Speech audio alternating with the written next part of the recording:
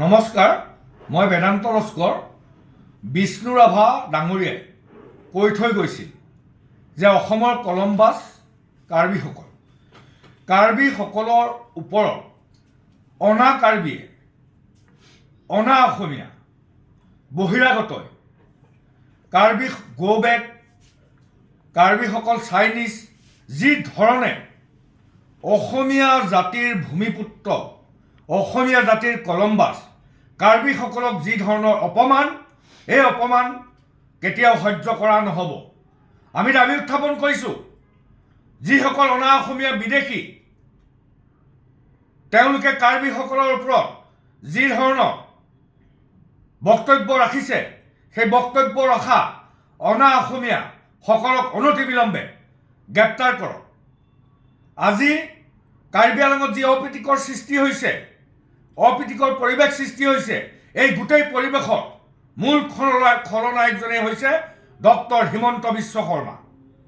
কাৰ্বিসকলে নিজৰ অধিকাৰৰ দাবী, নিজৰ ভূমি সংৰক্ষণৰ দাবী দীৰ্ঘদিন ধৰি কাৰ্বিসকলে প্ৰতিবাদ সাব্যস্ত কৰি আহিছিলে।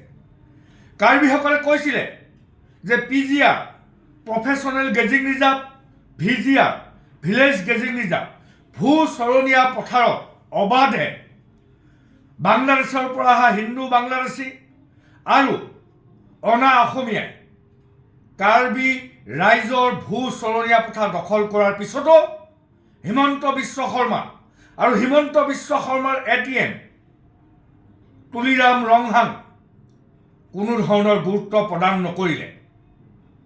আৰু তাৰ পৰৱৰ্তী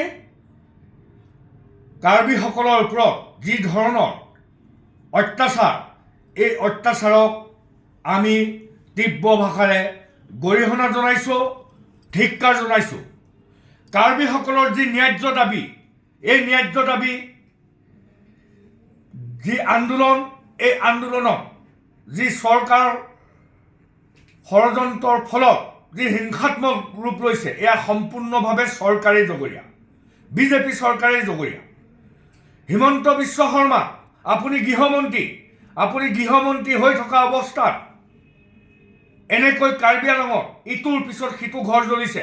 অনতিবিলম্বে ডক্টৰ হিমন্ত বিশ্ব শৰ্মা আপুনি পদত্যাগ কৰিব লাগে, তুলিৰাম ৰংহাঙে পদত্যাগ কৰিব লাগে।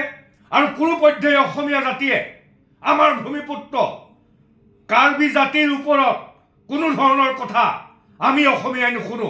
সাৱধান কৰি দিছোঁ অনা অসমীয়াসকলক, আমাৰ ভূমিপুত্ৰ কাৰ্বি জাতিক এনেকুৱা কথা যদি দ্বিতীয়বাৰ আপোনালোকে কয়, আমিও বহি নাথাকোঁ। কিন্তু আমি অসমীয়া, কাৰ্বি, ডিমাচা, বড়ো, আহোম, কোচ, কলিতা, আমি সকলোবিলাক অসমীয়া।